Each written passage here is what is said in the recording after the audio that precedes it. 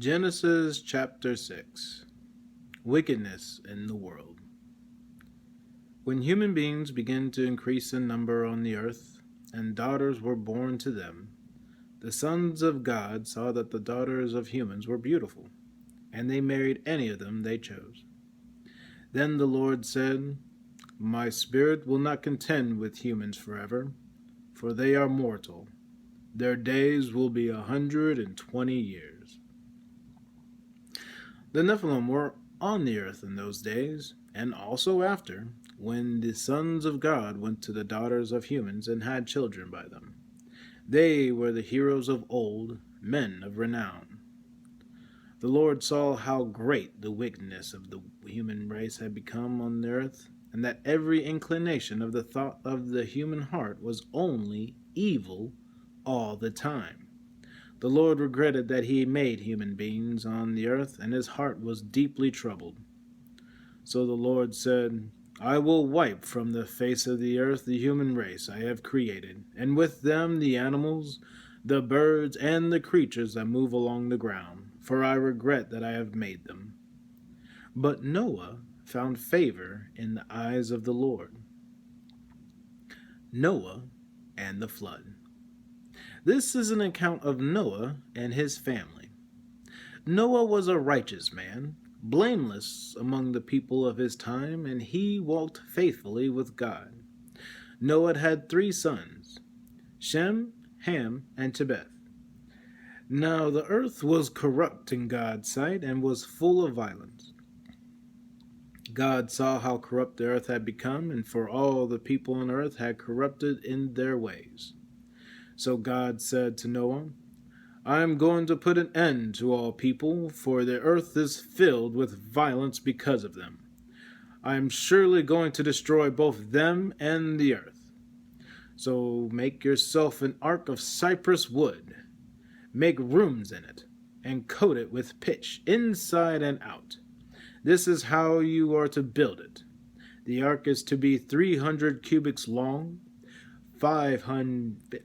50 cubits wide, 30 cubits high. Make a roof for it, leaving below the roof an opening 1 cubit high all around. Put a door in the side of the ark and make lower, middle, and upper decks. I am going to bring floodwaters on the earth to destroy all life under the heavens. Every creature that has the breath of life in it, everything on earth will perish. But I will establish my covenant with you, and you will enter the ark, you and your sons and your wife and your sons' wives with you. You are to bring into the ark 2 of all living creatures, male and female, to keep them alive with you. 2 of every kind of bird, of every kind of animal, and of every kind of creature that moves along the ground will come to you to be kept alive. You are to take every kind of food that is to be eaten and store it away as food for you and for them." Noah did everything just as God commanded him. The Lord then said to Noah, "Go into the ark, you and your whole family, because I have found you righteous in this generation. Take with you 7 pairs of every kind of clean animal, a male and its mate, and 1 pair of every kind of unclean animal, a male and its mate, and also 7 pairs of every kind of bird, male and female, to keep their various kinds alive throughout the earth. 7 days from now I will send rain on the earth for 40 days and 40 nights, and I will wipe from the face of the earth every living creature I have made." And Noah did all that the Lord commanded him. Noah was 600 years old when the flood waters came to the earth. And Noah and his sons and his wife and his sons' wives entered the ark to escape the waters of the flood. Pairs of clean and unclean animals, of birds and of all creatures that moved along the ground, male and female, came to Noah and entered the ark, as God had commanded Noah. And after the 7 days the floodwaters came on the earth. In the 600th year of Noah's life, on the 17th day of the second month, on that day all the springs of the great deep burst forth, and the floodgates of the heavens were opened, and rain fell on the earth 40 days and 40 nights.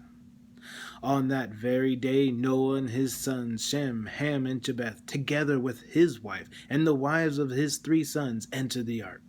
They had with them every wild animal according to its kind, all livestock according to their kinds, every creature that moved along the ground according to its kind, and every bird according to its kind, everything with wings. Pairs of all creatures that have the breath of life in them came to Noah and entered the ark. The animals going in were male and female of every living thing, as God had commanded Noah. Then the Lord shut him in. For 40 days the flood kept coming on the earth, and as the waters increased, they lifted the ark high above the earth. The waters rose and increased greatly on the earth, and the ark floated on the surface of the water. They rose greatly on the earth, and all the high mountains under the entire heavens were covered. The waters rose and covered the mountains to a depth of more than 15 cubits. Every living thing that moved on land perished. Birds, livestock, wild animals, all the creatures that swarm over the earth, and all mankind. Everything on dry land that had the breath of life in its nostrils died. Every living thing on the face of the earth was wiped out. People and animals and the creatures that moved along the ground, the birds, were wiped from the earth. Only Noah was left, and those with him in the ark. The waters flooded the earth for 150 days. Genesis chapter 8.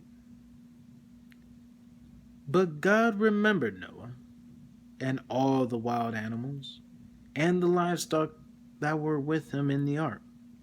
And he sent a wind over the earth, and the waters receded. Now the springs of the deep and the floodgates of the heavens had been closed, and the rain had stopped falling from the sky. The water receded steadily from the earth. At the end of the 150 days, the water had gone down, and on the 17th day of the 7th month, the ark came to rest on the mountains of Ararat. The waters continued to recede until the 10th month, and on the first day of the 10th month, the tops of the mountains became visible. After 40 days, Noah opened a window he had made in the ark and sent out a raven, and it kept flying back and forth until the water had dried up from the earth. Then he sent out a dove to see if the water had receded from the surface of the ground. But the dove could find nowhere to perch, because there was water all over the surface of the earth. So it returned to Noah in the ark. He reached out his hand and took the dove and brought it back to himself in the ark.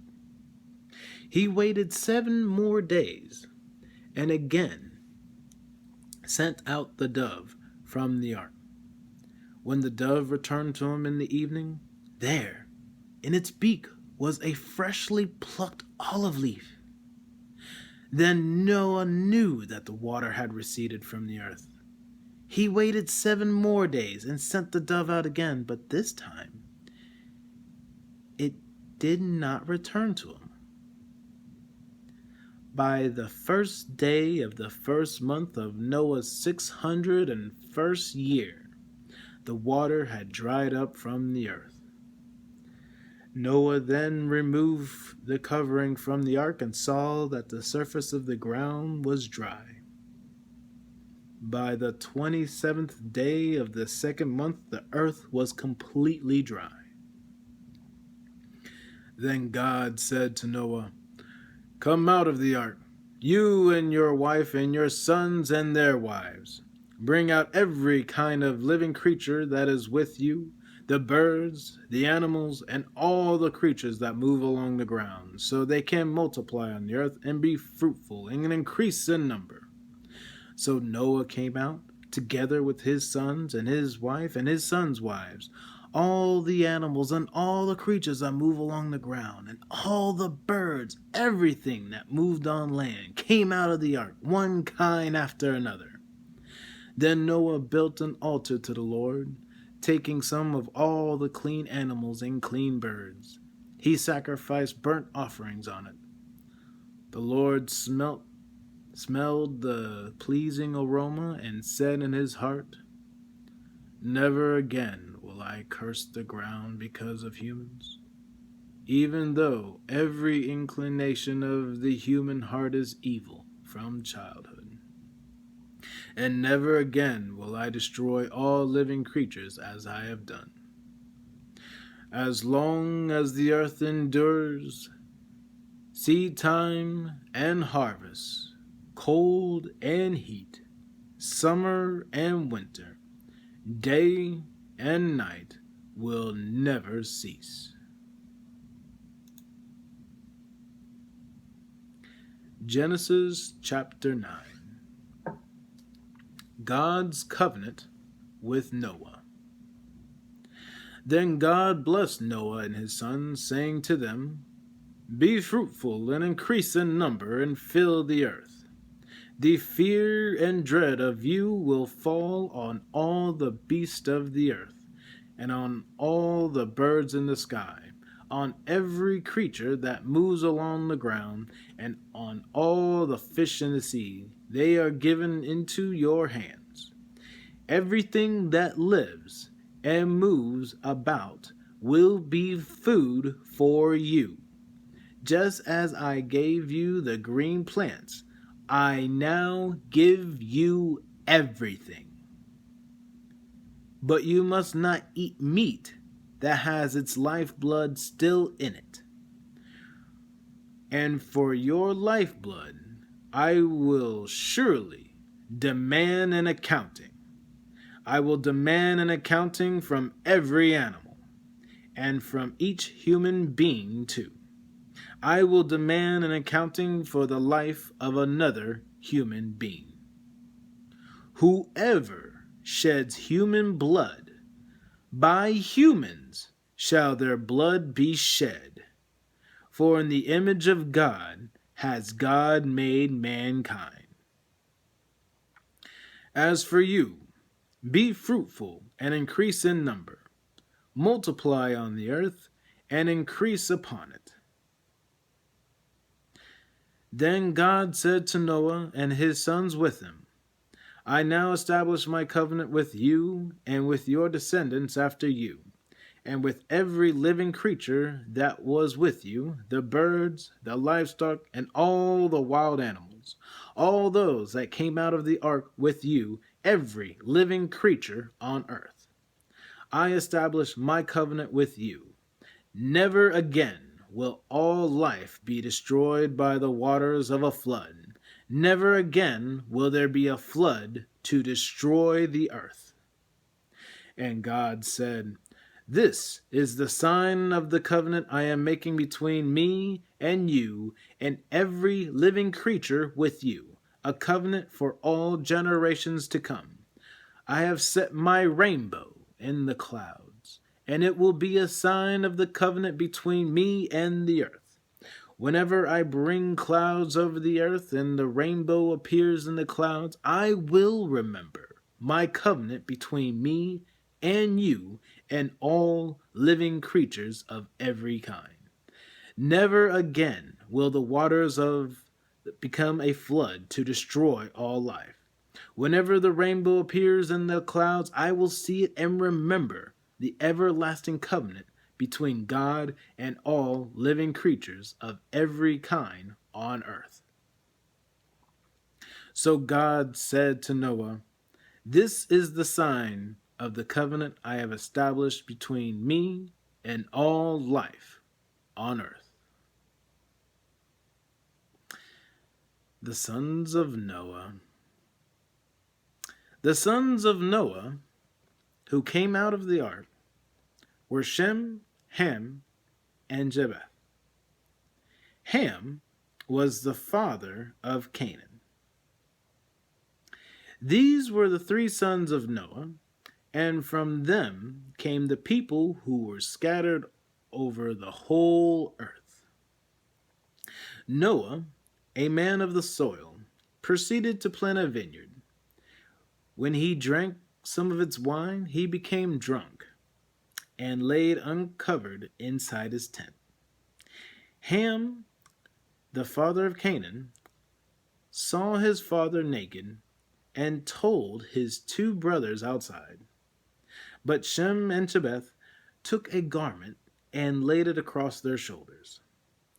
Then they walked in backward and covered their father's naked body. Their faces were turned the other way so they would not see their father naked. When Noah awoke from his wine and found out what his youngest son had done to him, he said, "Cursed be Canaan, the lowest of slaves will he be to his brothers."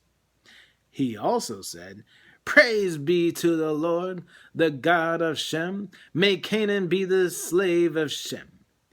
May God extend Japheth's territory, and may Japheth live in the tents of Shem, and may Canaan be the slave of Japheth." After the flood, Noah lived 350 years. Noah lived a total of 950 years, and then he died.